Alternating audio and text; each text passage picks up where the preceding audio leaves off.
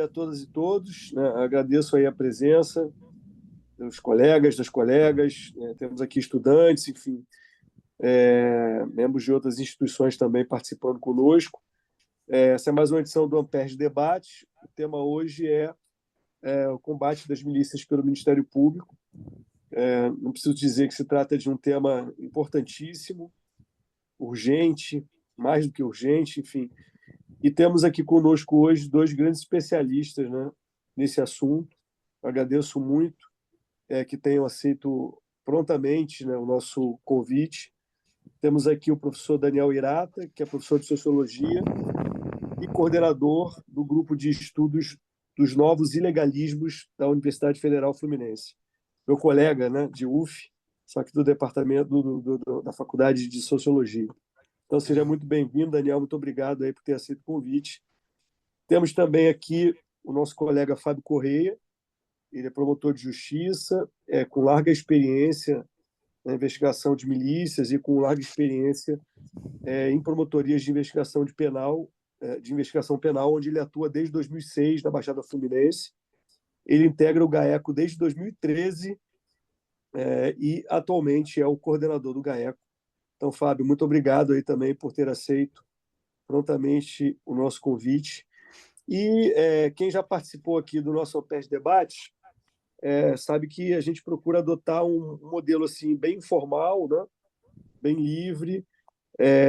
Depois das falas do Daniel e do Fábio, a gente abre para o debate. E, enfim, um debate democrático, livre, claro, né? Respeitadas as regras de urbanidade, como sempre tem acontecido.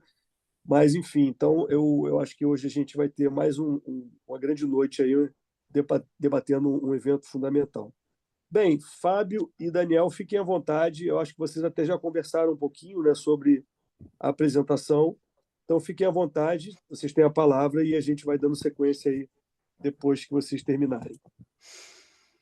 Bom, deixa eu introduzir aqui, aproveitar para fazer a saudação ao nosso convidado, né, especial, o professor Daniel. O professor Daniel já vem de algum tempo já desenvolvendo uma parceria aqui com o GAECO, e uma parceria que tem gerado bons frutos, no sentido de trazer da academia várias percepções e, ao mesmo tempo, fornecer para a academia o material das nossas leads, né, nossa atividade bem pragmática, e tem sido um diálogo muito produtivo, e por essa razão até a nossa apresentação, ela é meio que uma apresentação conjunta, né, e tem sido muito produtivo no sentido de tentar compreender e ter uma percepção sobre esse fenômeno. Agradeço ao Rogério o convite, agradeço a Ampere, na pessoa do Cláudio Henrique também, a oportunidade. E, assim, só introduzir o tema, uma vez que a gente tem uma audiência aí bastante qualificada aí de colegas que já têm larga experiência, que muito podem colaborar com as suas falas. Enfim, a ideia é justamente só a gente levantar a bola para a gente ter uma noite aí de opiniões e debate mesmo, né? Só para a gente tentar ficar mais ou menos na mesma página, né? Uma vez que a gente tem aí alguns estudantes também. E, Daniel, acho que eu posso só dar uma pincelada rápida antes do Daniel passar a palavra para ele, para a gente ter uma percepção de que as milícias, e aí o termo no plural mesmo, elas fazem parte de um ecossistema do submundo, né? Um submundo que é todo interligado e que conversa e dialoga entre si e também se degladia entre si o tempo todo, e o tempo todo busca também suas bases políticas e econômicas, e daqui a pouco, assim, o Daniel vai poder falar um pouco melhor disso. Nós temos algo muito parecido com facções, nós temos o Comando Vermelho, o Terceiro Comando e ADA, algo muito parecido com máfia, que é o jogo do bicho, e algo muito parecido com paramilitarismo, e aí se insere o nosso tema, que são as milícias. Nós temos talvez assim alguns 3 exemplos mais bem acabados do que seria isso, né, que é a milícia de Rio das Pedras, as milícias da Zona Oeste e as milícias da Baixada, e são fenômenos que fazem parte da história do crime no Rio de Janeiro, né. Se a gente olhar um pouquinho para o retrovisor, a gente vê que no final dos anos 70, 80, né, na época do boom, né, da cocaína no Brasil, né, cartel de Cali, cartel de Medellín, né, com a Falange Vermelha. A cocaína é um grande commodity e, nesse momento, há uma grande necessidade de controle de território.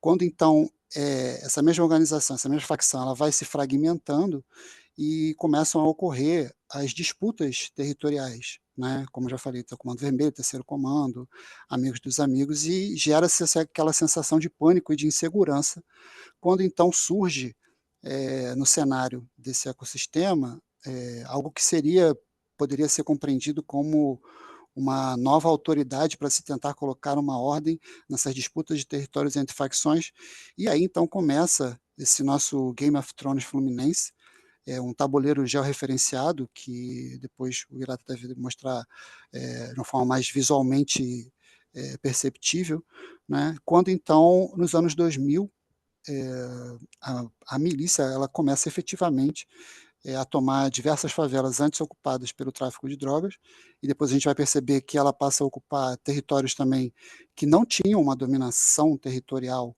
né, de tráfico, e ela é inicialmente composta por homens muito ligados às forças de segurança, reformados ou da ativa, em desvio de conduta, né, policiais militares, civis, corpos de bombeiros, forças armadas, e como toda organização criminosa, ela sempre parte daquela de 4 elementos, né, da obtenção de lucro, a legitimação do poder através de um discurso, e o discurso nesse momento era justamente de vender uma proteção, né, a questão da guerra às drogas, que logo em seguida se demonstra uma falácia, porque vem a coação da população,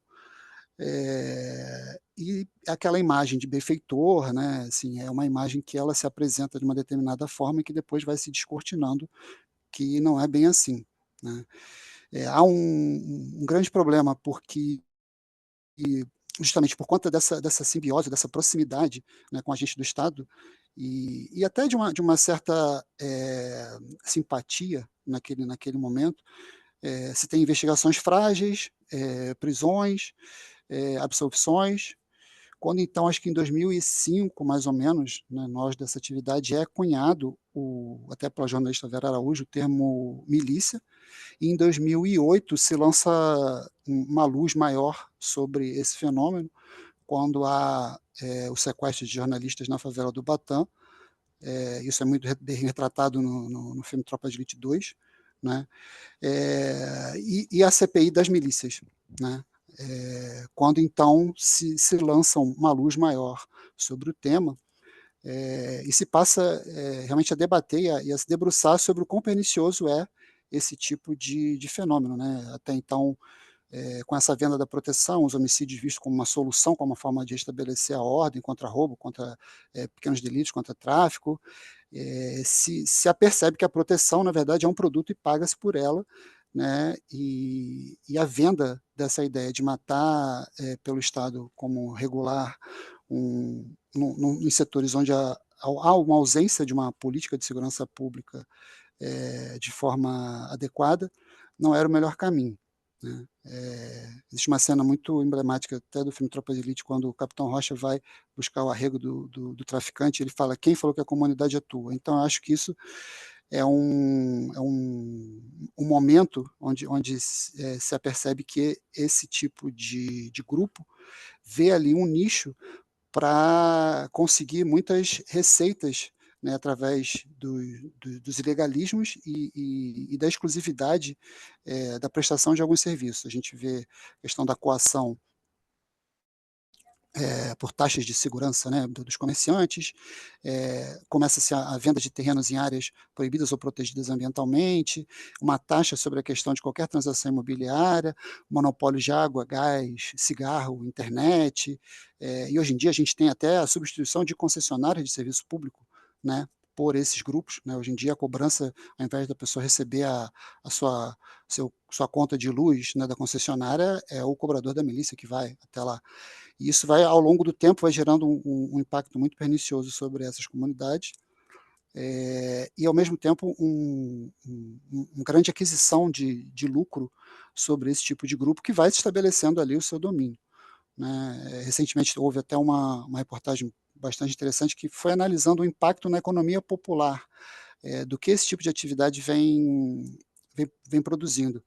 Inclusive, se falava-se da questão do botijão de gás, né? O preço do botijão de gás na Zona Sul e o preço do botijão de gás em áreas como Santa Cruz é praticamente o mesmo. E você tem um desvalor assim de capacidade aquisitiva, de poderio econômico de uma população em outra. Mesma coisa o galão de água, enfim. Então, assim, são grupos que eles vão se assenhorando do território para que ali eles detenham o monopólio e aí pratiquem toda sorte de ilegalismos e cada vez mais venham a lucrar com isso, né? Há uma mudança de composição também ao longo do tempo e hoje em dia o que a gente pode dizer é que milícia e tráfico realizam mais ou menos as mesmas atividades a ponto de surgir o neologismo narcomilícia, né? Eles aprenderam muito com os conflitos que existiam, né, nas facções de tráfico e com os acordos que foram firmados, sobretudo pela cúpula do Jogo do Bicho, para que eles começassem a tentar se consorciar. E aí a gente fala um pouco disso um pouco mais à frente. É claro que os conflitos existem, mas há uma percepção de que houve esse ensinamento olhando, né, para situações que aconteceram no passado. Até que se chegue hoje num ponto em que há alianças até então inimagináveis. A gente daqui a pouco fala um pouco da questão, sobretudo da Praça Seca, Jacarepaguá, Gardênia, né? E aí a gente tem a nítida percepção de uma baixa daquele discurso de legitimação no sentido de estabelecer uma nova ordem, quando na verdade é um aumento da voracidade do lucro desses grupos armados, desses grupos criminosos, e que só é possível através do domínio territorial e com a captação desses serviços que são muito rentáveis. Acho que eu posso passar a palavra um pouco para o Irata. Não sei se você vai querer fazer a apresentação agora, Daniel. Sim, posso falar um pouquinho? A gente vai trocando, né, Fábio? Isso aí. Eu queria aí só iniciar agradecendo mesmo aí o convite da Amperge, em nome do Dr. Rogério Alves, dizer que muito feliz aqui de estar podendo ter esse espaço de diálogo com todo mundo que está aqui na sala, que está nos assistindo também no YouTube, etc. Eu acho que é muito profícuo essa relação, né, entre a universidade e o Ministério Público, que o Fábio fez referência. Inclusive, aqui já também saudar o Fábio aqui de público, tem sido um grande parceiro de muita troca, de muito aprendizado. Enfim, a gente, no grupo que eu coordeno, o GENI, né, enfim, a gente tem se beneficiado dessa interlocução com o Fábio e todo o time do GAECO, né? Então, tinha pensado aqui em colocar alguns pontos, né? Sempre em cima do que é a nossa especialidade no GENI, né? Que, ou seja, a produção de análise de dados. A gente usa uma série de processos metodológicos, né? Ligados à estatística, à ciência de dados, o uso de inteligência artificial, de Big Data, e a gente acredita muito que essas possibilidades, né, de uso dessas metodologias podem contribuir para o entendimento desses fenômenos e, sobretudo, desse fenômeno em particular que a gente está dedicado hoje, né, que é a questão das milícias, né, enfim. E, bom, boa parte do que eu vou falar aqui, eu e o Fábio já discutimos, né, o que não me exime de qualquer bobagem que eu for falar, mas só para reforçar aqui, né, como é profícuo essa interlocução. O primeiro ponto que eu queria destacar aqui para vocês é sobre a questão, o Fábio já mencionou, né, do controle territorial armado. Eu já tive, em outras oportunidades, né, a condição de falar um pouquinho do projeto do Mapa dos Grupos Armados, que mesmo no MP, para os colegas do MP. Então, vou passar um pouco rápido, mas acho que é importante pincelar isso, né? Porque, afinal de contas, a história do Rio de Janeiro pelo menos dos últimos 40 ou 45 anos, ela se confunde com a história do controle territorial armado, como o Fábio narrou aqui anteriormente, né?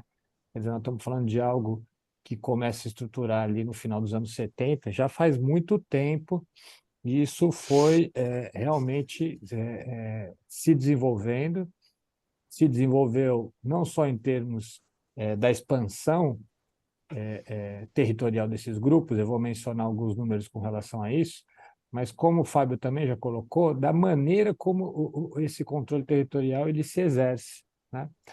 Quando a gente fez essa cartografia do controle territorial armado, sim, teve um trabalho que foi bastante árduo, que era, enfim, analisar de forma automatizada quase 1 milhão de denúncias do repositório do Disque Denúncia, estabelecer um shapefile confiável com mais de 13 mil polígonos, que são as áreas, né, em que a gente vai determinar qual grupo controla, mas tem uma questão fundamental associada a isso que eu acabei de falar, que é, assim, é a classificação que nós fazemos.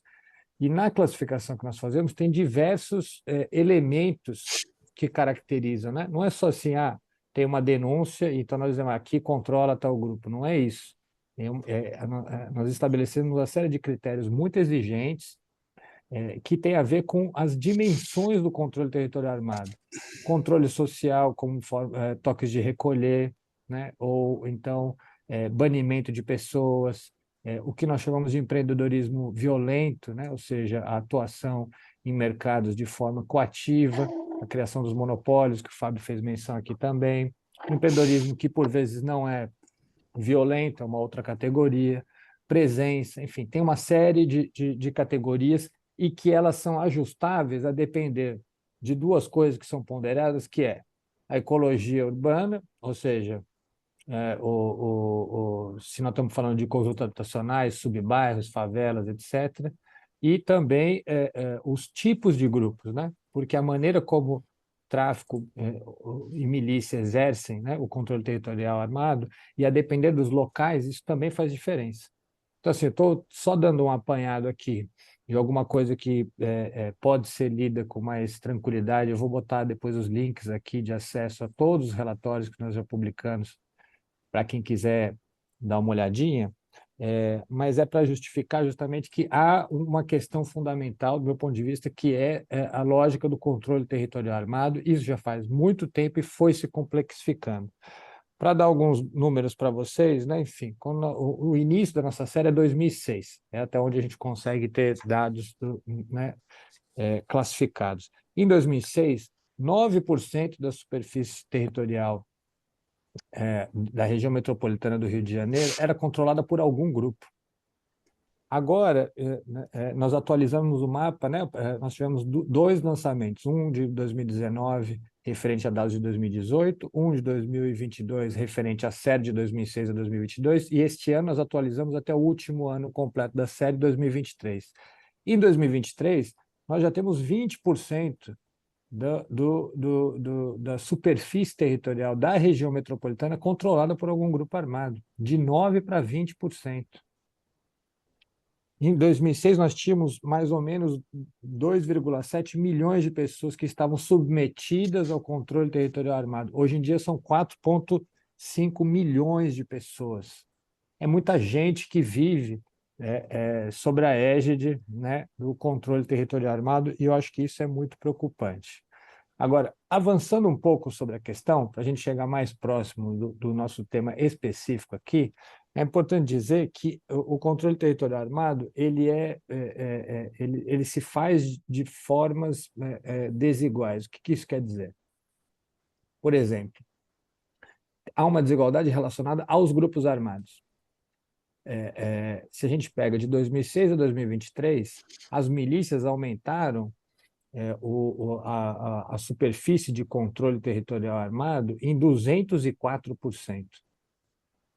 O Comando Vermelho aumentou 89%. Ou seja, o ritmo de aceleração da expansão territorial das milícias é muito superior ao do Comando Vermelho, que foi, como já dito aqui pelo Fábio, a primeira facção do tráfico de drogas aqui no Rio de Janeiro. É da onde saíram as outras facções, inclusive, né? Enfim.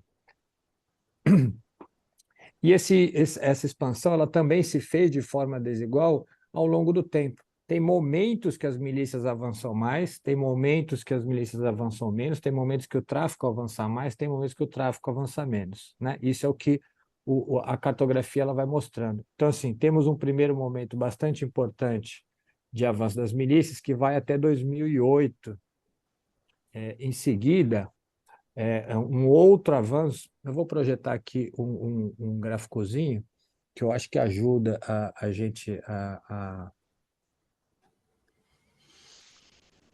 Vocês estão vendo aí? Positivo.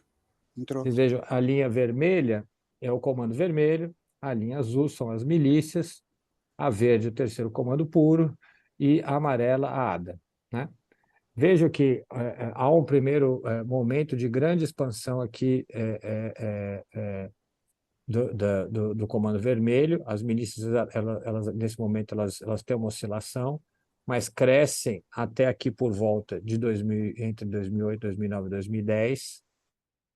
E aqui o Comando Vermelho continua a sua expansão, a milícia com um pouco de irregularidade. Em 2018, para 19, né, de 18 para 19, vejam que as milícias começam a crescer e ultrapassam o Comando Vermelho aqui em 2021. Né? O Comando Vermelho tem um leve declínio aqui durante esse período. E de 2021 para cá, as milícias têm um pequeno decréscimo, vocês estão vendo, e o Comando Vermelho aumenta e ultrapassa de novo as milícias. Né? Esse é o dado mais atualizado que nós divulgamos há cerca de 2 meses atrás. Né? Veja, bom, aqui por baixo, né, a ADA segue o seu ritmo de, enfim, quase extinção, mas o terceiro Comando Puro retomou vários territórios e tem sido uma facção que é menos comentada, né, enfim, mas que tem avançado também. Né? Então, acho que tem duas formas de olhar isso que eu estou chamando das maneiras desiguais através das quais o controle territorial armado se exerce. Uma primeira delas é olhar essas variações conjunturais. Aqui a gente podia fazer uma conversa aqui de muitas horas só discutindo as razões de por que aumenta em certos períodos, diminui em outros. Né? Eu gostaria de me concentrar nesse último período aqui em que as milícias ultrapassam e depois são ultrapassadas pelo Comando Vermelho.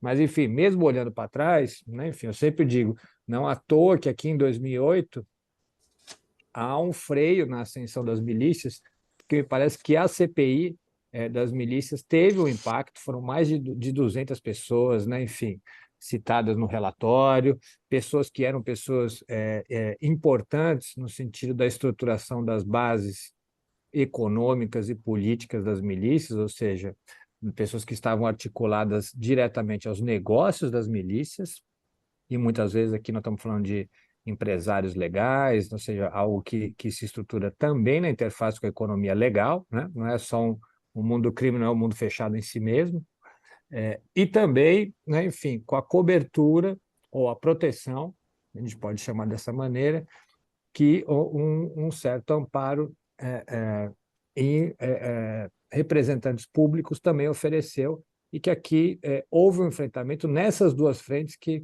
né, a gente vem discutindo isso muito, né, Fábio? São dois pilares de sustentação, né, não só das milícias, mas sobretudo das milícias também. Sobretudo das milícias. E principalmente, assim, nas milícias da Zona Oeste, que até aquele momento se pretendia, né, uma projeção hegemônica, né, assim, vou tentar não citar nomes, porque ainda mais em época de Eurocopa e Copa América, parece que a gente está dando escalação de time, mas assim, existem personagens daquela milícia que se pretendia hegemônica, né, que se chamava inclusive como Liga da Justiça, tinha um símbolozinho e tal, e era muito perceptível, ela se jogou muita luz, né, nessa época da CPI das milícias sobre esse grupo armado, né, que atuava bastante naquela comunidade, e posteriormente, assim, fazendo um arco depois, a gente pode falar um pouco melhor sobre isso, né, posteriormente depois, em 2018, no caso Marielle, vai se jogar a luz sobre um outro caso emblemático, que é a milícia de Rio das Pedras, né, e que também vinha passando, de certa forma, também foi alvo da CPI das milícias, mas que, de certa forma, vinha restabelecendo as suas redes de uma forma a se tornar intocável, né, como a própria operação do Ministério Público à época disse, mas é muito emblemático assim esse momento, né, de 2008, quando se joga bastante luz sobre o tema e se há um ataque, não chega a dizer uma desarticulação, talvez seja muito forte, mas há um baque, né, em relação, sobretudo, a esse grupo, né, das milícias da Zona Oeste. Eu gostaria então, aproveitar isso aqui para mostrar o resultado do próprio mapa, né? Todo mundo, e depois eu vou passar os links, esse mapa interativo ele é consultável, tá? Qualquer pessoa pode entrar no link, era só para mostrar aqui para vocês. Aqui nós estamos em 2006, né? 2008, desculpa. Aí vocês vão vendo 2009, 2010, 2011, como é que o controle territorial ele vai se expandindo e aí vai ficando bem delimitado quais são as áreas hegemônicas de cada grupo. Veja aqui que na Zona Oeste, né, é praticamente só azul nesse período. O leste fluminense sempre foi hegemonicamente controlado pelo Comando Vermelho, né, enfim. Ó, aqui é 2019. E aqui, né, a Zona Norte e a Baixada são as áreas mais mais heterogêneas, onde você tem uma composição mais mista, né, de diversos grupos. Aqui é 2023. Chegamos em 2023. Só para mostrar, e isso aqui é possível, né, sempre é possível consultar, né, cada um dos lugares. Aqui estão os nossos polígonos, né, enfim. Você pode vir aqui, dá para pegar áreas que são bastante conflitivas, como, por exemplo, a Praça Seca, né? Enfim, aí vai vendo como que vai mudando as corzinhas a depender do momento das disputas, né? Enfim, vou mostrando isso aqui, porque em relação a essa questão do controle territorial, queria fazer só mais 2 comentários muito rápidos. Primeiro é o seguinte, coisas que são contraintuitivas, né? E que os dados mostram. Primeiro esse avanço que eu mostrei aqui nesse gráfico, né? Esse aqui, em que o Comando Vermelho ultrapassa aqui as milícias, essa retomada, né, do Comando Vermelho, ela se fez sobretudo em 2 lugares. Ou seja, onde que o Comando Vermelho ganhou mais áreas, né? Enfim, Leste Fluminense e Baixada Fluminense. A capital ficou bastante distante, se a gente pega o total de áreas que o Comando Vermelho ganhou nesses últimos 2 anos. E na capital, o lugar onde o Comando Vermelho mais cresceu foi a Zona Norte. Veja, isso não significa, e eu vou entrar nesse ponto mais em seguida, que outras áreas a gente não teve conflitos, mas o que eu estou dizendo há a expansão maior, né, a quantidade de quilometragem quadrada que a gente mede, né, enfim, de expansão do Comando Vermelho se fez sobretudo quando a gente pensa as regiões no leste fluminense e na Baixada e na capital, na Zona Norte. Tá? E mais contraintuitivo ainda do que isso, né, enfim, o segundo ponto que eu queria colocar é que, e isso não se restringe ao Comando Vermelho, mas a questão é o seguinte, a expansão dos grupos armados ela se faz, sobretudo, para áreas anteriormente não controladas. A gente tem uma classificação que ajuda, me parece, a pensar, que é da expansão por colonização e a expansão por conquista. Expansão por colonização é essa expansão que se faz para uma área onde não havia controle territorial anteriormente. Então, uma colonização de uma área. E a expansão por conquista é aquela expansão que se faz quando há um outro grupo, há um conflito, e aí tem uma tomada daquela região por determinado grupo. A expansão de todos os grupos armados ela se faz assim muito largamente em áreas colonizadas e não conquistadas. Vejam só que dado contraintuitivo, né? Porque há espaço ainda para a expansão do controle territorial armado, e esse espaço ele vai sendo ocupado. Essa que é a questão. Então, vejam só, vou mostrar uma outra tabela aqui que ajuda a gente a olhar essa coisa toda. Cadê? Aqui. Vejam só. Vocês conseguem ver? Sim, né? Uhum, uhum, Aqui, nós temos aqui, esse é um relatório bem recente, nós lançamos há cerca de um mês, que é um relatório sobre o mapeamento dos confrontos, porque a gente fez construiu toda a metodologia do mapa dos grupos armados que mostra o controle territorial armado, mas era importante também fazer um estudo específico, demorou 2 anos para a gente construir esse material, sobre os confrontos, todo tipo de confronto. Tá?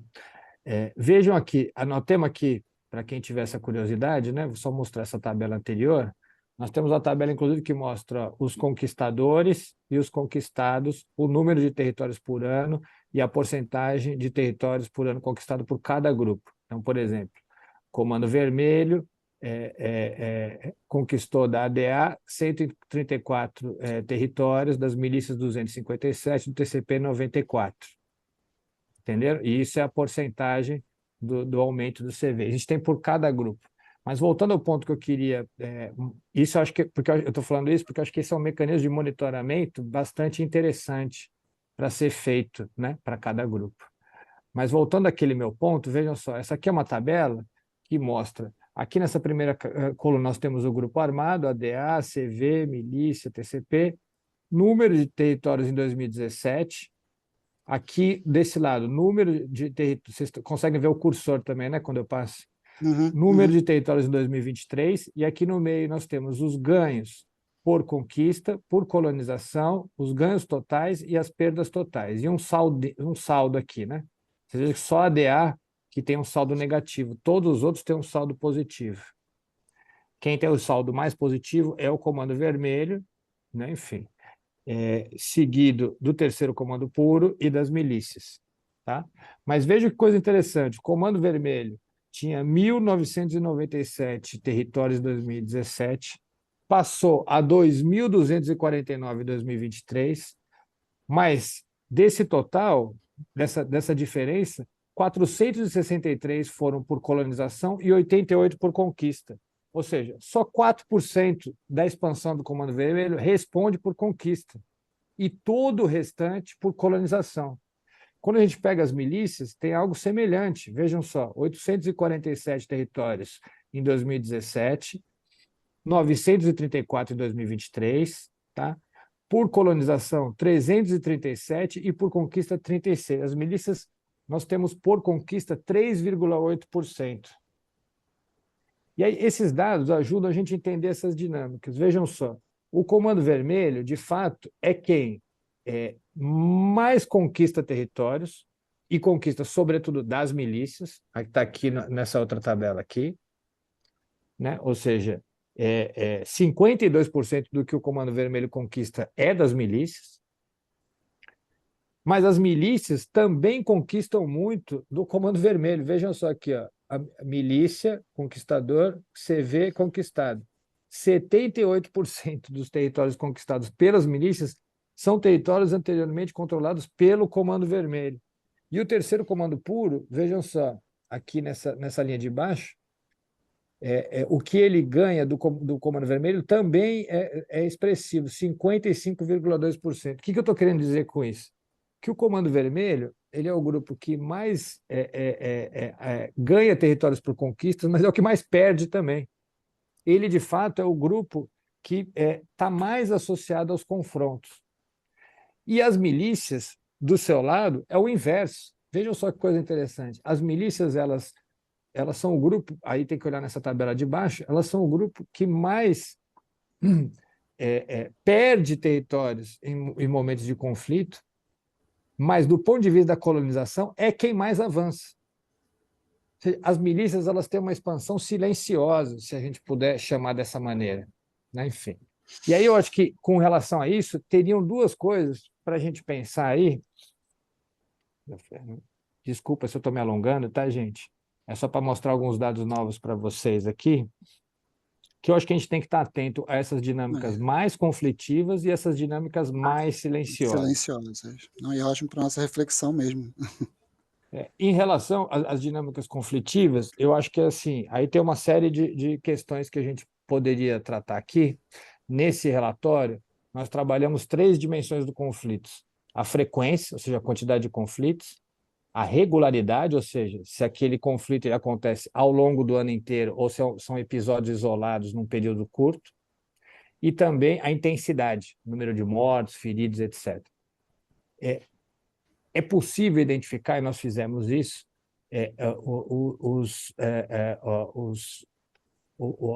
as porções do Rio de Janeiro que têm conflitos intensos, regulares e frequentes. Isso dá cerca de 3,7% dos conflitos não, das regiões. São lugares muito específicos. E eu digo assim, a gente que acompanha essa discussão, a gente já sabe quais são, não é verdade, Fábio? Se o Fábio fala aqui 3 bairros, eu tenho certeza que está na nossa listagem aqui, por exemplo, a Praça Seca, sabe assim?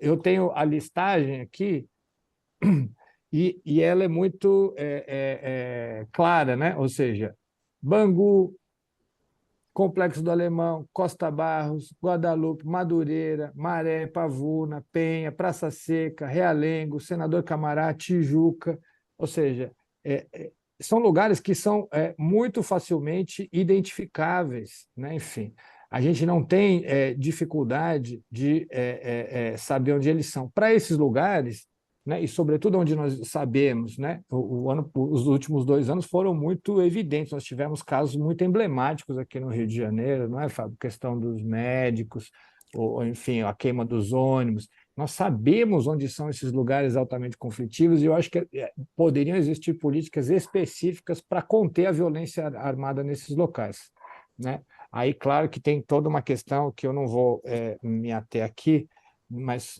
enfim, de como o direcionamento das ações deveria ser feito. Agora, o que eu queria chamar a atenção, sobretudo, já que o nosso tema não é tanto o Comando Vermelho, que é o grupo mais conflitivo, mas sim as milícias, é sobre esse crescimento silencioso das milícias. Ou seja, o que significa, né, esse crescimento silencioso? Esse crescimento silencioso ele se faz, sobretudo, né, em torno, temos discutido isso bastante, né, enfim, de um modelo de negócio que tem a própria cidade como o seu palco, né? E aí eu acho que, quando eu estou dizendo isso, estou chamando a atenção, por exemplo, para a questão imobiliária ou dos transportes, que já são mercados tão clássicos e conhecidos como permanentes desses grupos, né? Enfim, a questão imobiliária, o Fábio pode falar melhor do que eu, né? Tá no coração, por exemplo, de casos importantes aqui do Rio de Janeiro, né? Enfim. Sim, exatamente. Até essa questão desses casos emblemáticos do confronto, né? No caso dos médicos, o que as investigações revelam é que o que existia de pano de fundo ali, na verdade, é uma guerra entre o Comando Vermelho e a Milícia de Rio das Pedras, né? Milícia de Rio das Pedras que já passou por alguns nomes, né, já conhecidos e que ganharam luz, inclusive no caso Marielle, e você tinha uma liderança que solta regularmente, porque assim estava por decisão judicial, que sequer morava ali dentro da comunidade, de frente para a praia, né, num outro patamar, e onde se dá realmente a dimensão do quanto tipo de lucro que esses negócios da milícia, né, vão produzir. Rio das Pedras é um caso muito emblemático de urbanização miliciana. Né? Rio das Pedras é um caso onde é muito perceptível desde o início, né, a questão das vendas de terrenos em áreas proibidas ou protegidas ambientalmente, né, venda de imóveis irregulares, a forma como se deu a urbanização. A gente teve o caso emblemático também dos prédios da Muzema, que houve aquele desabamento, e a partir daí também várias reflexões e várias discussões sobre como fazer. Inclusive, até hoje existe uma força-tarefa de ocupação irregular do solo urbano, né, que o Reinaldo, inclusive, é um dos idealizadores disso, né, que funciona né, embaixo do guarda-chuva do GAECO, vamos dizer assim, como uma forma disruptiva de se fazer esse combate, né, junto com a prefeitura, tentando atacar a questão do zoneamento urbano. E num outro aspecto, quando se começa a observar também nas investigações a questão investigação patrimonial, investigação financeira, você percebe o quanto que empresas de construção, terraplanagem, todas em nome de laranjas, e o quanto isso vai revertendo também para esse patrimônio miliciano, vamos dizer assim. A gente vinha conversando no outro dia, né, sobretudo depois do relatório da Polícia Federal e do que se identificou, né, por detrás, né, das investigações que vem acontecendo, né, o quanto as bases políticas são importantes, sobretudo quando a gente tem tentativas de regulação e de regulamentação de terrenos que são ocupados e o direcionamento que é dado e há uma simbiose, vamos dizer assim, né, entre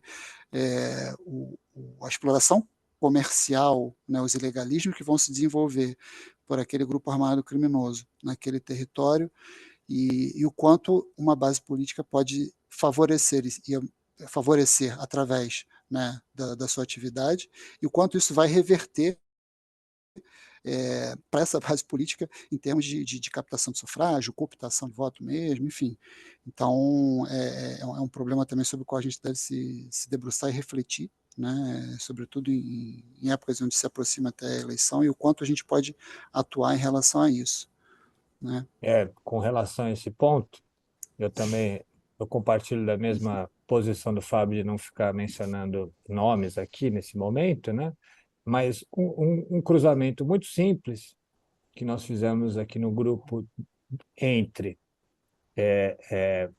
os vereadores que propuseram PLs de flexibilização das normas urbanísticas. Os locais direcionados dessas PLs, a quantidade de votos que esses vereadores tiveram e o controle territorial dessas áreas mostra, né, um mapa bastante claro de como é que esses grupos estão presentes, sendo favorecidos por uma legislação, as AEs, né, enfim, uma legislação que foi feita, né, sobre os auspícios do direito à habitação. Muitas favelas do Rio de Janeiro são AEs, porque é toda uma legislação que foi pensada, né, direcionada para o direito à moradia, mas ela tem sido, por vezes, pervertida em favor de interesses privados das milícias, né, enfim, que conseguem atuar e desenvolver esse modelo de negócio que começa com a ocupação, né, passa para a construção, a compra e venda dos imóveis, a administração condominial, que é uma questão fundamental nos condomínios, é uma coisa que pouca gente fala, né, Fábio? Mas assim, é muito importante estar de olho em quem faz a administração condominial nesses espaços e pela administração condominial, pela relação muitas vezes com as associações dos moradores, né? Enfim, ou seja, pela lógica do controle territorial armado, isso volta para esses representantes em forma de votos. Quer dizer, nós estamos falando de uma coisa que é mais ou menos sistêmica, no sentido de que integra vários setores da sociedade carioca, econômicos, políticos e criminais.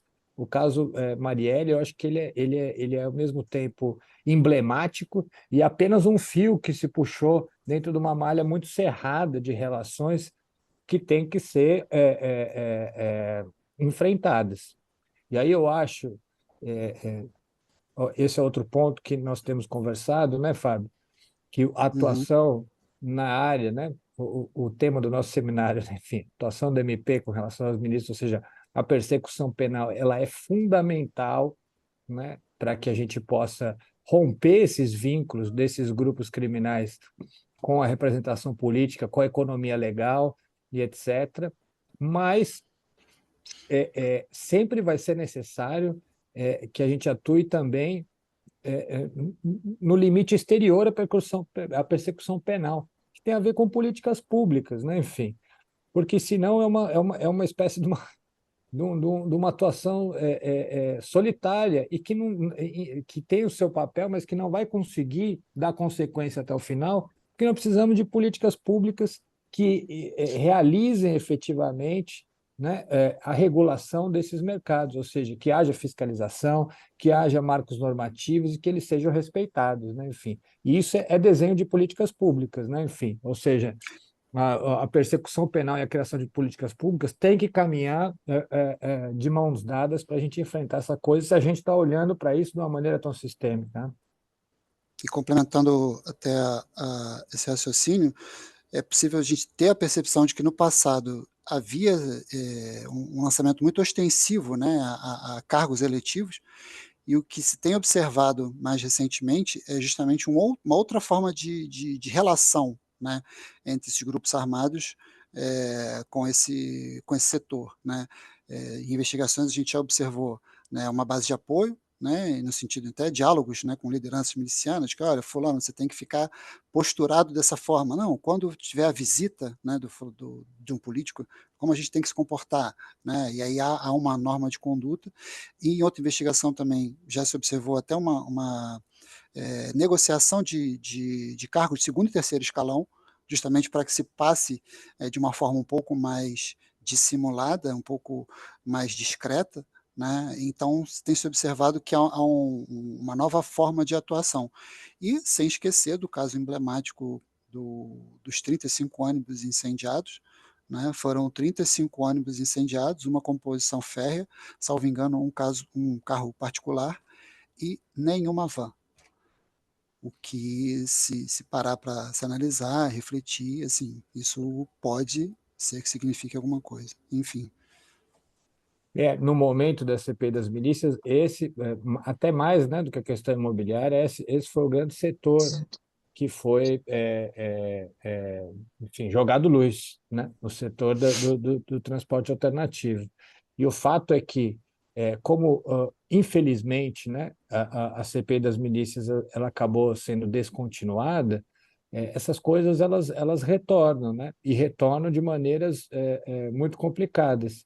Então, as próprias investigações do GAECO, né, isso é de conhecimento público e notório, vão mostrando o quanto que uma certa tecnologia de organização do transporte clandestino foi importada da Zona Oeste para a Ilha do Governador, por exemplo, numa aliança entre milicianos e traficantes, né? Então, quer dizer, esse tipo de situação ela só acontece porque nós não temos a devida fiscalização com relação a isso. E aí, mais uma vez, voltamos a esse ponto, né? Enfim, a atuação do Ministério Público é fundamental, me parece que vem sendo cumprida até certo ponto, mas é necessário, né, também algum tipo de articulação no formato das políticas públicas, né?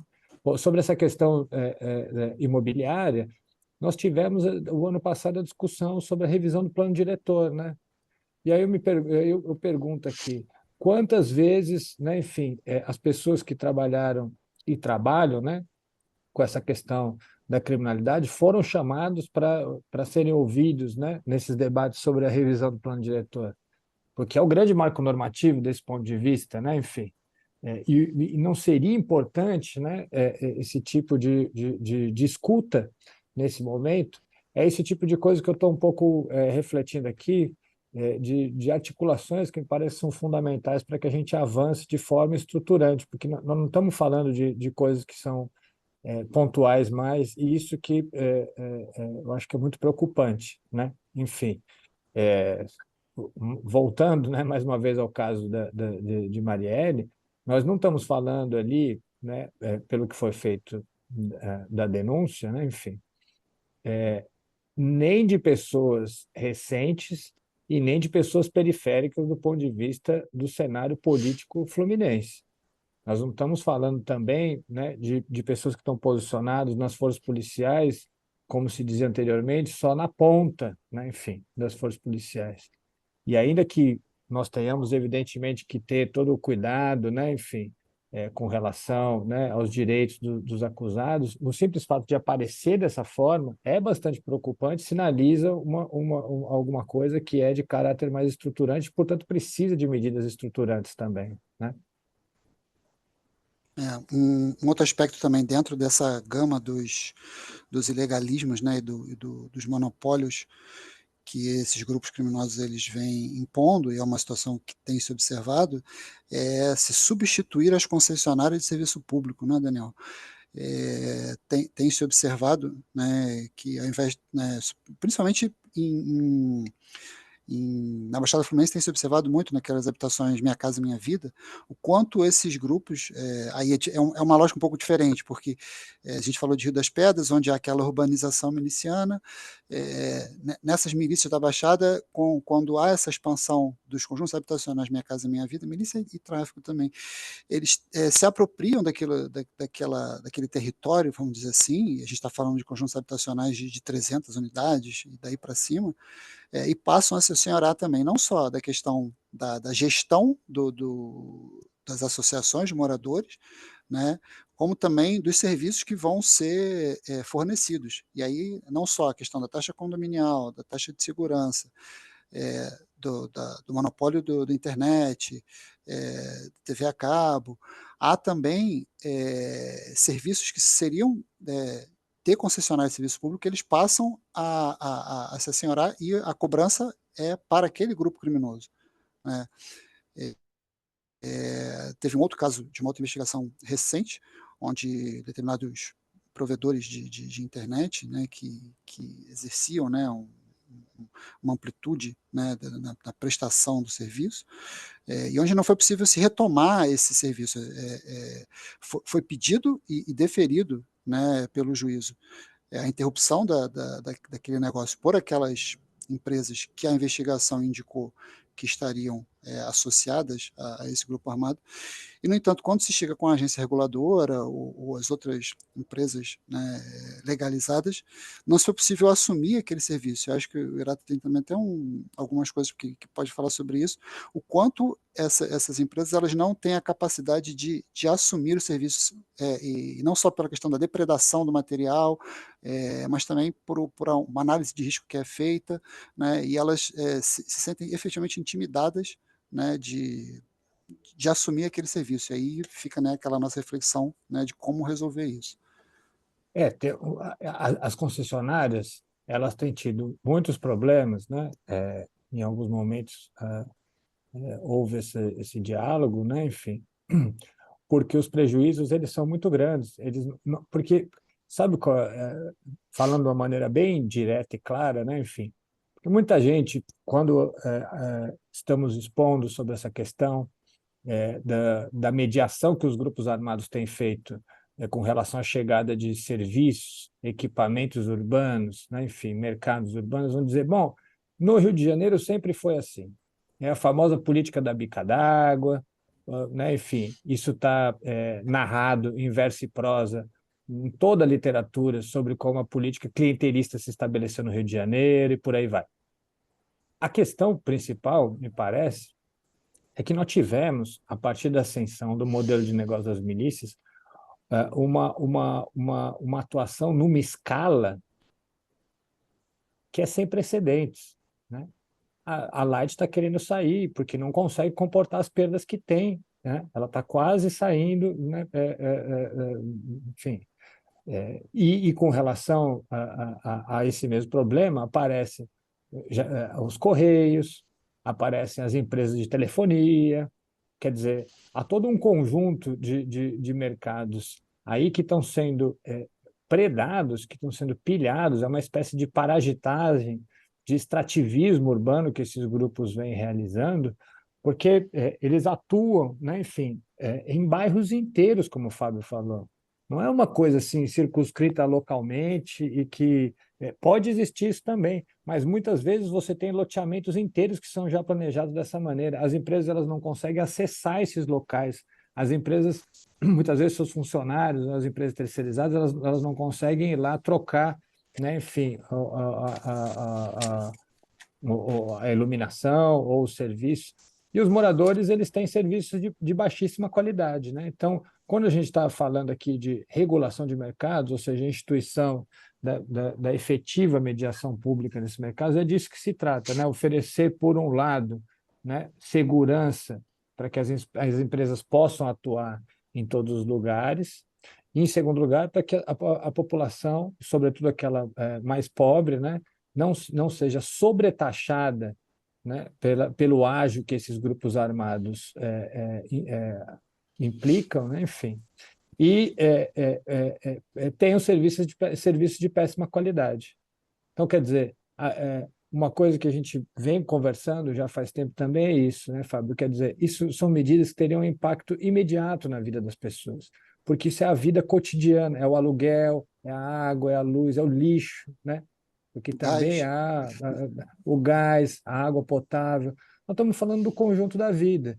Então, assim, uma atuação mais firme, consequente, estrutural nesses mercados teria um resultado muito maior para o enfrentamento dos grupos armados, que nós estamos falando das bases econômicas. Isso fatalmente ia implicar, né, enfim, na elucidação das redes de apoio político que sustentam esses negócios, ou seja, nós também estaríamos atuando para descooptar o Estado da influência desses grupos, enfim, e com efeitos de letalidade muito mais baixos do que o que normalmente se faz, né, na área de segurança pública. Então, me parece que assim, do ponto de vista estratégico, uma atuação que seria bastante importante de ser feita, como o Fábio falou, já vem sendo feita, né? Eu lembro, na verdade, ainda quando o Bruno era o coordenador do GAECO, e eu acho que foi o Reinaldo que fez essa ponte, era por causa da questão imobiliária, justamente, que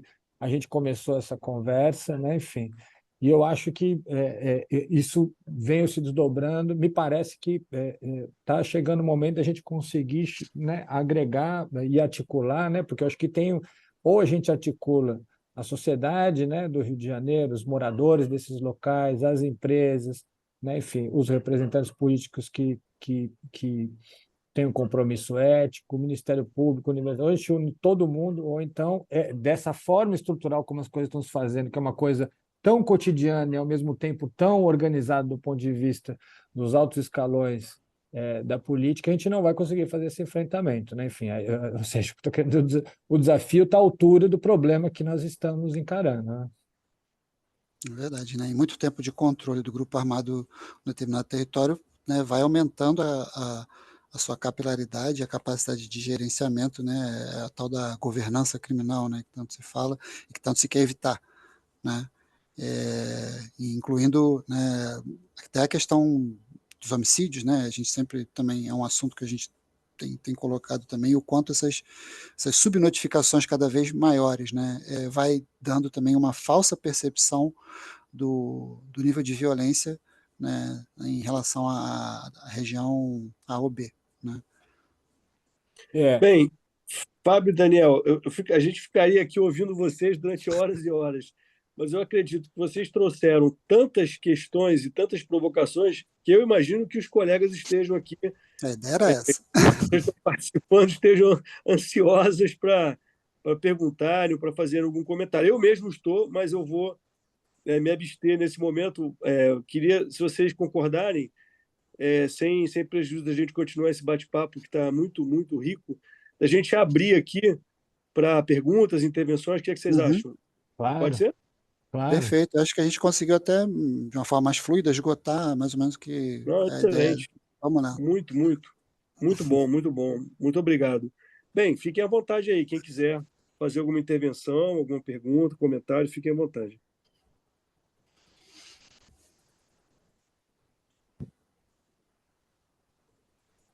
Não? Bem, enquanto o pessoal vai pensando, eu fiquei aqui imaginando logo no início da fala de vocês que há uma diferença, né? Embora hoje tráfico e milícia já estejam misturados, né? Mas há uma diferença relativamente à fonte de lucro, né? Se quando a gente fala do tráfico de drogas, a gente está falando de uma mercadoria, de um bem ilícito, né? Quer dizer, pelo menos por enquanto, ainda de um modo geral, considerado ilícito. Quando a gente fala de milícia, a gente está falando de bens e serviços lícitos, né? o uso de gás ilícito, o acesso à internet, etc, etc, né? Então, enquanto vocês falavam, eu pensava muito nisso, nessa dimensão econômica e de como atuar, né? Juntamente às concessionárias, a essas empresas, né? Como, aí eu vou colocar como uma interrogação, como parceiras ou não no combate às milícias, né? Eu não sei se verdadeiramente seriam, né? Aparentemente sim, né? Porque foi dito aqui por vocês que há um prejuízo muito grande para essas empresas, né? Mas, enfim, esse é um ponto que me chamou muita atenção, dessa outra atuação para além da área criminal. E uma curiosidade que eu tenho, né? Não sou naturalmente um especialista nesse tema, acompanho muito de longe. Por que a gente não vê milícia na Zona Sul, né? Eu acho que é um processo de ocupação talvez inverso do tráfico, né? Eu não sei se eu estou falando alguma bobagem, mas lá atrás, né, o tráfico começa fortemente na Zona Sul, e aí depois ele vai para outras regiões, e a milícia ela começa na periferia, digamos assim, e não chegou ainda na Zona Sul. Por que razão, né? Existe uma razão específica para isso? Enfim, queria ouvir um pouquinho vocês.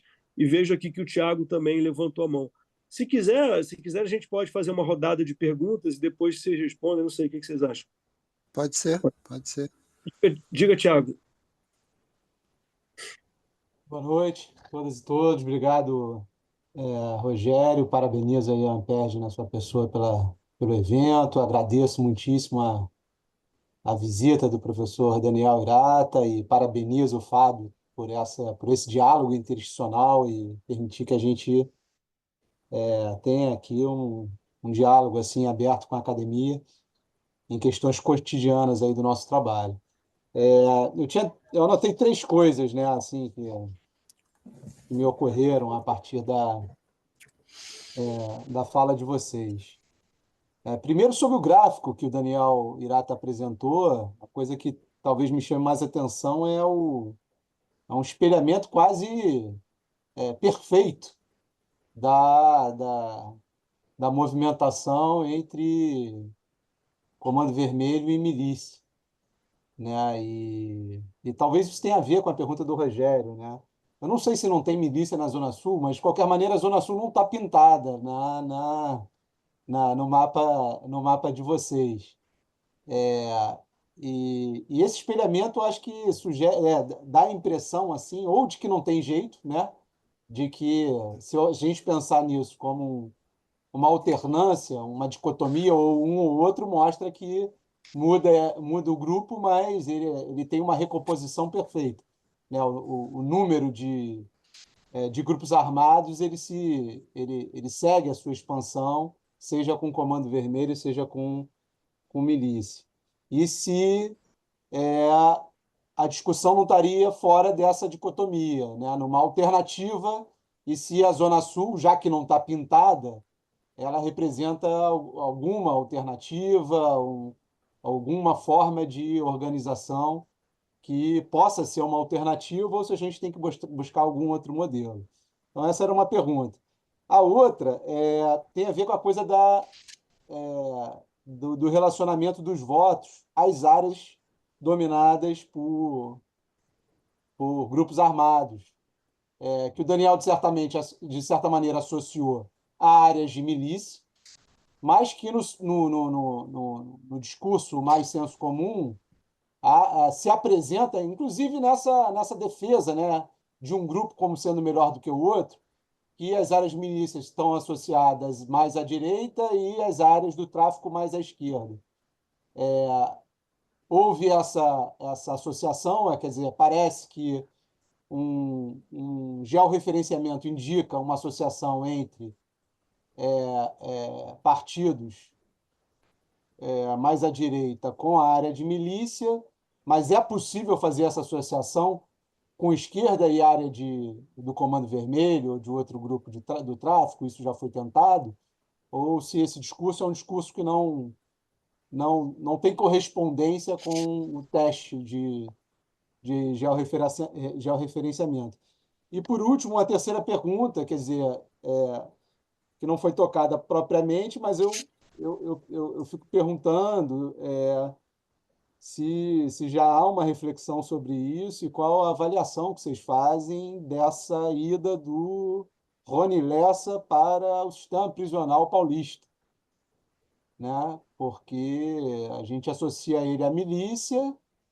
Eu não sei se associar Comando Vermelho e PCC faz sentido ou não, se o PCC é milícia e, e não milícia num pacote só, mas ou se é a milícia indo a São Paulo, né? Porque é um alto representante da milícia carioca, e o que se pode esperar desse movimento bancado pelo STF, né? Porque houve uma resistência do sistema penitenciário paulista e se decidiu que fosse feito dessa maneira, né? Talvez não se mandasse um alto comando do Comando Vermelho para São Paulo, mas a milícia quis ir e o sistema de justiça bancou, né? O que está acontecendo aí? Eu ainda não consegui entender bem. Era isso. Obrigado. Querem responder, Fábio e Daniel? Depois a gente abre uma segunda? Não sei se Reinaldo quer falar também alguma coisa? Boa noite, quero sim, Fábio. Parabéns, Ampere, pelo evento.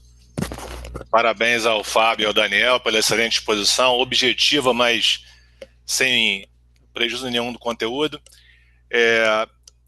Eu tenho um sentimento que eu queria compartilhar, mas aí não é propriamente uma pergunta, de que, na minha opinião, e eu que estou bastante afastado do tema, eu acho que nunca o braço político da milícia esteve tão forte como está hoje.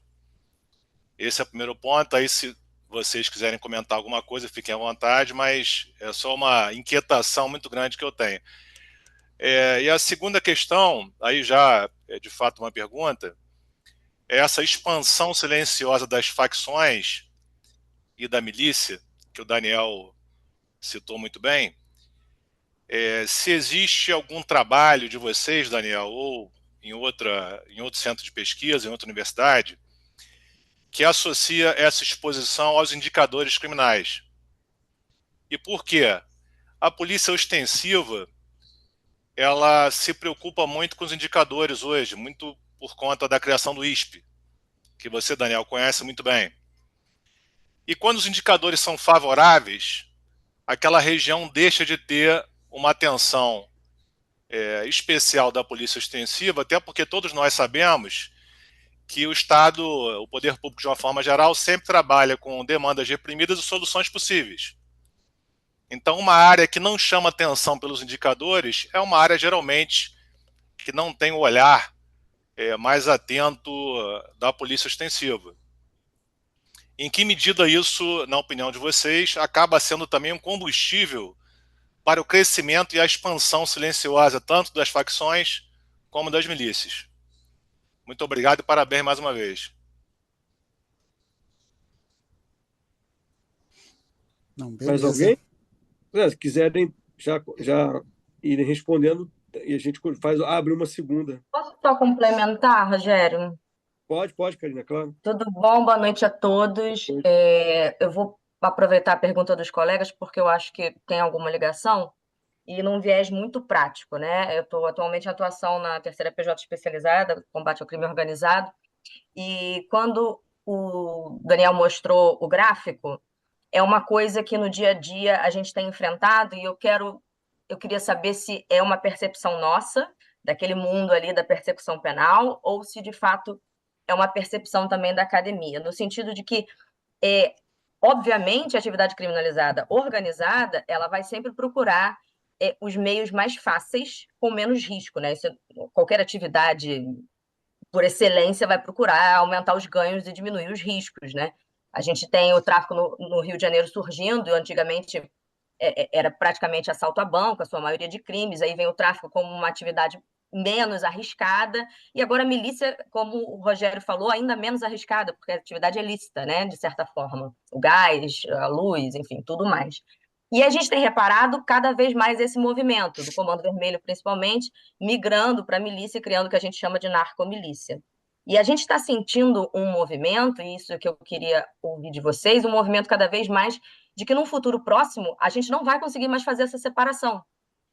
O Comando Vermelho, com o braço sempre forte que ele tem, a característica violenta que ele tem, vai tomar conta de uma atividade muito menos arriscada para ele, que ele só precisa da força, ele não está fazendo nenhum ilícito propriamente dito. Para a gente, o nosso escopo probatório é muito mais difícil do que o do tráfico. O tráfico você tem ali a materialidade delitiva. E aí ele migrando a um ponto que a gente não vai ser mais capaz, essa é a impressão, mas aí, de novo, é do nosso mundinho, a impressão que a gente não vai ser mais capaz de diferenciar organizações criminosas, milícia, lato sensu, do tráfico. E aí a gente não vai poder mais fazer essa separação, olha, esse grupo aqui está associado para a prática, para a venda de entorpecentes, enquanto esse aqui faz a milícia. Essa separação está ficando cada vez mais volátil, o que traz um problema prático-jurídico para a gente. Então, essa era a minha primeira indagação. A segunda também de viés muito prático, o Daniel comentou que a gente devia observar mais as administrações de condomínios. E eu gostaria de ouvir um pouco sobre isso, porque a gente tem muito caso de expropriação, né? Mano militar de condomínios nessas zonas de narcomilícia, principalmente, porque o uso da força é muito grande. E a gente chega na audiência, a gente tem tudo. E aí, como é que a gente faz? Reintegração da posse? Não faz. E me chamou a atenção a administração do condomínio, como isso pode ser um elemento probatório para a gente, porque a gente olha para a administração do condomínio depois que a tomada violenta do imóvel aconteceu, que a gente vai ver que o mesmo membro do tráfico, ele é aquele que agora administra o condomínio, que recebe os aluguéis, que faz tudo. Mas a gente tem algum outro indício? Essa administração do condomínio, ela pode trazer algum outro indício para a gente, alguma outra informação antes da tomada, só por ser na área? Eu fiquei interessada nesse ponto. Se puder esclarecer um pouco mais, era isso.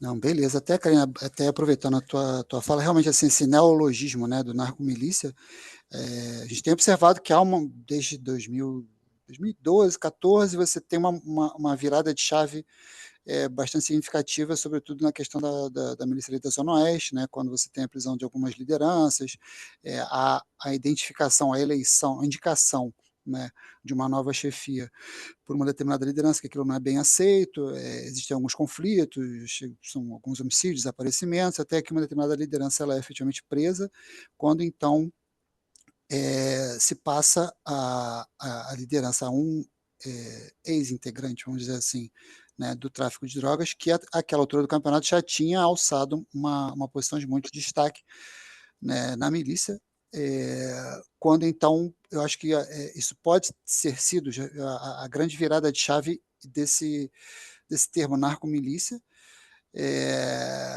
e passa-se a absorver uma mão de obra, né, de egressos do tráfico de drogas para aquele grupo criminoso, e imediatamente após, na sequência, né, o irmão é morto, outro, aí vem aquela dinastia, né, de sucessão de um familiar, e imediatamente em seguida vem essa expansão daquele grupo, né, em direção da Zona Oeste para a Baixada Fluminense, o que vai amplificando cada vez mais esse ideal, né, essa ideia. E é perceptível, até complementando o que o Rogério começou falando, assim, hoje tráfico e milícia, os dois aprenderam um com o outro, né? Não chega a ser The Crips and the Bloods como Nova York, mas é uma coisa, um buraco um pouco mais embaixo aqui, mas os dois fazem mais ou menos as mesmas práticas. Eles passaram a adotar mais ou menos as mesmas práticas. E aí realmente é um ponto da gente, primeiro, começar a refletir sobre a alcunha do nome, né, que foi concebido lá em 2025, né, com essa coisa muito próxima do paramilitarismo, né, e hoje em dia a gente tem uma coisa muito mais mercenária, com dominação de território e voltada para o lucro, inclusive às próprias alianças, né, antes da morte de uma das lideranças que gerou aquele evento, né, dos 35 anos, né, não vou dizer que havia uma aliança, mas havia pelo menos um diálogo entre grupos que até então era inimaginável que existisse aquele tipo de diálogo. Então, o que movimenta cada vez mais esses lucros é realmente a avidez pelo lucro e a questão do domínio territorial. Então, complementando também o que o Rogério falou, assim, hoje é muito próximo, né, a gama de atividades de um grupo e de outro. E é uma coisa a se pensar, sobretudo em relação ao que a gente tem lá o 288A, que fala especificamente de milícias. E a gente, nas investigações, né, tem lançado uma ou da 2850 ou da 288A, e com relação às provas, né, sempre as investigações baseadas em provas técnicas, porque não se dá mais para se ter, né, aquele romantismo da prova testemunhal, que as pessoas preferem o silêncio instrutório ao silêncio sepulcral.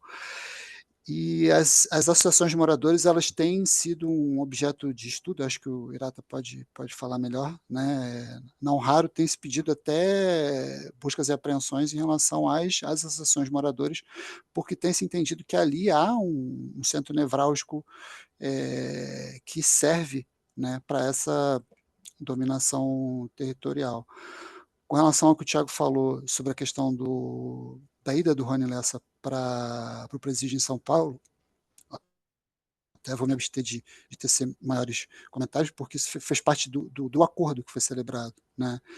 As consequências que isso vai gerar, ou os reflexos que essa ida a São Paulo vai gerar, assim, são objetos de uma atenção. Eu acho que a gente tem que ter uma atenção sobre o que isso vai gerar, né?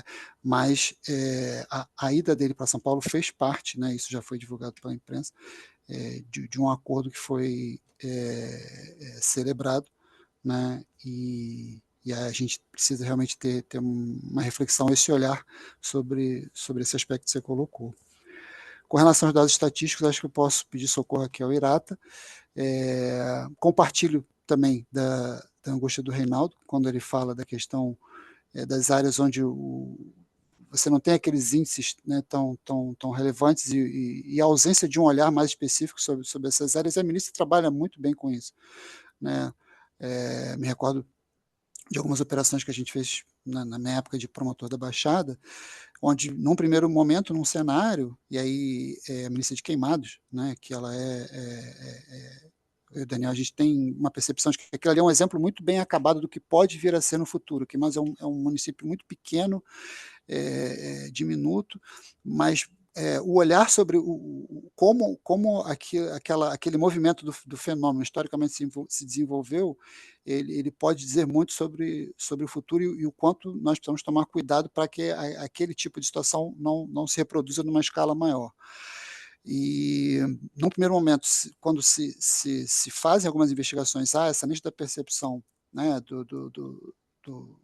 da associação com a política, a questão das movimentações financeiras e uma explosão da violência, que inclusive ela é registrada no Atlas da Violência, sobretudo por conta dessa questão do conflito armado entre grupos, entre facções. E, no segundo momento, quanto mais se estabelece, quanto mais se assenta, né, o grupo armado naquela região, maior a quantidade de subnotificações, desaparecimentos e menor se tem um olhar das autoridades sobre aquele território, sobre aquela população, e isso é algo muito angustiante, porque muitas vezes a gente vai se balizar sobre números, sobre estatísticas, quando, na verdade, o que a gente vai ter é uma situação de instabilidade e que é muito mais preocupante, né? E que vai justamente poder direcionar ou não as operações policiais, né, as atividades de polícia ostensiva em relação à população que está naquele território, né? Então, eu compartilho também um pouco do que o Reinaldo falou. Não sei se o Daniel quer passar alguma coisa em relação a números, sobretudo essa questão da Zona Sul que foi falado, né? Sim. Então, vamos lá. Vou passar um pouco por tudo aí, botar minha colher nesse molho. Sempre bem-vindo. Vamos lá. Eu, assim, em primeiro lugar, uma coisa que eu acho que tem a ver com o final da pergunta da Karine, eu acho assim que nós estamos num cenário volátil. Eu não consigo me arriscar a dar nenhum prognóstico. Porque, assim, por exemplo, esse negócio da narcomilícia, eu ainda estou tentando entender, assim, eu não cravaria de que no futuro nós vamos ter um só grupo que mistura características de tráfico de milícia, porque as alianças que têm sido feitas, até onde eu consigo enxergar, elas são muito variáveis. Você tem, assim, como eu estava dizendo, na Ilha do Governador, você tem milicianos que ensinaram a traficantes a operar o sistema de transporte alternativo de gás também. Em outros lugares, tipo o Batam, você tem divisão. Na pista fica um, trabalhando com alguns mercados, e na favela fica o outro, vendendo droga. Então, é uma espécie de divisão. Em outras situações, você tem alianças para bondes que vão atacar ou defender um determinado território. Então, são muitas possibilidades de vínculos diferentes e nem todas elas estão assim, plenamente articuladas. O que eu estou querendo dizer é que assim, a dinâmica local das pessoas que se conhecem ou que não se conhecem, não sei o quê, me parece que está se sobrepondo a uma dinâmica de conjunto mais metropolitana, de modo que a gente possa dizer, não, essa é a tendência mais geral das organizações criminais do Rio de Janeiro. Eu não consigo. A gente está vendo que tem muita transformação acontecendo e de forma muito acelerada nos últimos anos, mas a resultante disso me parece difícil de cravar, né? Enfim. E aí, encaminhando para a parte da tua pergunta, Karina, que tem a ver com a pergunta do Rogério, né? Quer dizer, que essa coisa dos mercados legais, né? Veja, outro dia a gente estava numa reunião, eu e o Fábio, eu falei um pouco disso. Isso é um fenômeno global, gente. É um fenômeno global. Os estudos, por exemplo, nessa área, né? O grupo mais estudado são as máfias. As máfias atuam em mercados legais, as máfias italianas, né? Eu estou querendo dizer. Elas atuam em mercados legais, sobretudo. Tem poucos setores da economia italiana que não têm influência das máfias. Outro grupo que é pouco discutido aqui no Brasil, mas que nessa área discute-se bastante, são as tríades chinesas, né? Enfim, é um grupo que está vinculado à expansão da economia chinesa, com alianças com o governo chinês, né? Enfim. Ou então, se a gente pega, por exemplo, as máfias russas, que são máfias muito poderosas também, né? Enfim, elas se formaram no momento de transição da economia russa, né? Enfim, da antiga União Soviética. E vários mercados legais elas atuam também. Mesmo se a gente for pegar na América Latina, os cartéis, o cartel mais importante do México atualmente são os Zetas, né? Enfim. Uhum. Que inclusive tem características semelhantes a uma mistura de milícia e tráfico, porque eles têm origem nas forças especiais das Forças Armadas mexicanas, mas atuam também em drogas, mas um dos principais negócios dos Zetas é tráfico de pessoas, né, porque eles atuam muito na fronteira, e energia. Tem muitos trabalhos sobre a atuação desses grupos no setor energético mexicano.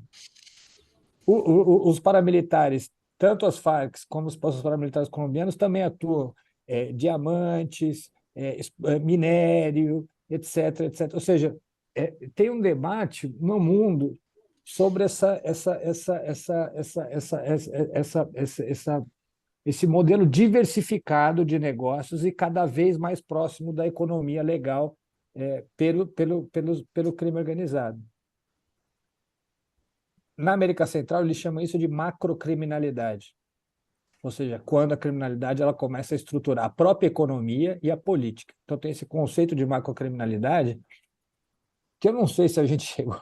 Eu tendo a concordar com o Reinaldo, que a gente está bem próximo disso, né? Enfim, não sei se a gente chegou numa caracterização bem definida de macrocriminalidade, mas certamente a gente está caminhando a passos largos para isso, né? Enfim, e aí eu concordo tanto com o Rogério quanto com a Karina que vai ficar cada vez mais difícil de fazer o enfrentamento, porque aí nós estamos, né, falando de atores que são muito centrais e poderosos e difíceis de serem, né, enfim, investigados, denunciados, etc. Porque, quer dizer, bom, enfim, vocês sabem muito melhor do que eu da delicadeza que é quando você chega, né, enfim, em personagens que são importantes do cenário político. E aí tem uma blindagem muito maior para conseguir fazer as coisas. Inclusive, já falei, enfim, para o Fábio, acho que tem várias das investigações que foram muito corajosas no sentido de apontar justamente porque são essas pessoas que vão aprofundar os nossos problemas, né? Enfim, então, digamos, o que eu estou querendo dizer, que se a gente olha à luz da literatura internacional, essa novidade que o modelo de negócio das milícias trouxe para o Rio de Janeiro e que vem sendo claramente copiada pelo tráfico de drogas, porque é mais lucrativo que a atuação nesses mercados legais associados à produção das cidades, isso é uma coisa, é um indício de algo que é muito perigoso associado à construção dessa macrocriminalidade, ou seja, o avanço na economia formal, legal, e o avanço para o sistema político, né? Enfim, que sempre existiu em alguma medida, mas nós estamos falando de personagens muito centrais de tudo isso, né? Enfim, dois comentários muito rápidos, para não ocupar muito tempo aqui. Um que eu não posso deixar de fazer com relação à pergunta do Tiago. A gente processou, Tiago, dados eleitorais, né, à luz do trabalho do mapa dos grupos armados. Nós ainda estamos fazendo isso, inclusive uma metodologia muito precisa de definição de padrão de voto, né? E aí a gente está pensando aqui duas dinâmicas eleitorais distintas, que por um lado, a concentração de votos em determinadas áreas e, por outro lado, a competitividade. Ou seja, o ideal numa disputa eleitoral é que você tenha votos dispersos e uma competitividade mais alta, né? Enfim, quando a gente observa que os votos eles são muito concentrados, isso destoa do padrão histórico de votação, e quando você tem muito poucos candidatos, também destoa desse padrão de votação. Isso eu estou falando, sobretudo, para a vereância, onde isso é mais claro, porque quando a gente pega assim, voto majoritário, aí tem muitas outras variáveis, é muito difícil você conseguir estabelecer uma relação, e para o horror dos apóstolos ideológicos à direita ou à esquerda, nós não conseguimos encontrar correlação até agora entre milícia e direita, tráfico à esquerda. Isso não é observável empiricamente, né? Isso não é observável empiricamente. Isso é uma me parece que é uma coisa muito presente no senso comum, né? Essa oposição, mas a gente não encontra o respaldo nisso nos dados que a gente analisou até agora. A pesquisa ainda não está concluída, mas o que eu posso te adiantar com relação a isso é que o que a gente percebe é que os votos associados à criminalidade em geral, eles são muito pouco ideológicos, né? E quando a gente pega as candidaturas, né? Porque a gente separou, por exemplo, candidaturas de pessoas já denunciadas ou condenadas, para poder fazer um recorte dentro do recorte. Normalmente são candidaturas pouco ideológicas, muito pragmáticas de partidos pequenos e que estão ali atuando em favor, na verdade, de negociações muito ajustadas. O Fábio falou de queimados, né? Enfim, queimados realmente é um laboratório, né? A gente estava brincando outro dia que havia uma percepção histórica, né? Enfim, do Rio de Janeiro com relação ao Estado, né? Que o Rio de Janeiro era um farol de iluminação que ia levar, né? Enfim, para lugares mais afastados, né? Essa luz. Mas o fato é que o horizonte nosso me parece ser queimados. E está mais para o resto dos municípios e a cidade do Rio de Janeiro ficarem cada vez mais parecidos com Queimados do que Queimados ficar parecido com a cidade do Rio de Janeiro. Eu acho que esse que é o nosso horizonte. E aqui eu não estou desmerecendo nem Queimados e nem o Rio de Janeiro. É só uma questão de como é que o crime se organiza, como é que essas coisas elas podem estar muito intimamente relacionadas, do kit churrasco, a cesta básica, passando pelo roubo, enfim. Aí nós estamos, é um conjunto, né? Enfim, de relações entre política, economia e crime, que fica, se a gente tivesse isso em escala estadual, aí eu acho que todos nós tínhamos que jogar a toalha, porque não ia ter muito mais jeito aqui de se organizar para fazer esse enfrentamento. Então, quer dizer, eu acho que quando tivermos isso pronto, eu com certeza envio para vocês com o maior prazer, mas, ao que tudo indica, cruzando esses dados eleitorais dessa perspectiva, né, que eu mencionei rapidamente, não há muita correlação entre determinado grupo armado e uma filiação ideológica, né, à esquerda ou à direita. Tá? Ah, e por fim, última coisa, rapidinho, para não me estender, e já que eu não estou envolvido diretamente nisso, a questão do Rony Less, eu acho que é assim, sabe-se, né, à luz da história das facções, que a organização se fez muito em função das prisões e que o espalhamento das pessoas pelo território nacional tem a ver com a nacionalização das facções, né? Enfim, o PCC, por exemplo, cresceu em São Paulo na mesma medida em que se interiorizaram as prisões. E foi esse o ponto de partida do PCC para a sua ampliação, né? E aí o mesmo pode dizer com relação aos presídios federais e tal. Então tem que ter, eu acho que esse manejo, né? Aí entra toda uma série de questões de política prisional que se afasta um pouco do nosso assunto aqui, né? Mas o manejo é muito importante nesse momento, né? A gente não pode desconsiderar isso. Quer dizer, vamos lá, me parece, né, que o Rony Lessa se negociou isso porque ele queria estar longe de prisões dominadas pelo Comando Vermelho, né? Enfim, mas a administração do presídio está falando que não consegue garantir, inclusive, a segurança nem de um nem de outro. Por outro lado, e aí com isso eu termino, prometo, eu acho que, do ponto de vista do modelo de negócios, o PCC se parece mais com as milícias do que com o Comando Vermelho, no sentido de caixa descentralizado, estímulo ao empreendedorismo criminal mais dinâmico, né? Enfim, um esquema de posições que funciona não tão como é com relação ao Comando Vermelho, de forma não tão personalista, né? Enfim. Então tem uma série não é que sejam iguais ou parecidas, e eles, enfim, o fato de já ter um salve do PCC dizendo da execução do Rony Lessa já mostra que há uma animosidade entre esses grupos. Não é sobre isso que eu estou dizendo, estou falando sobre o ponto de vista formal, modelo de negócios e da estrutura criminal. Me parece muito mais parecido com o PCC com as milícias do que com o Comando Vermelho, né? Mas e a Zona Sul? A Zona Sul, é verdade.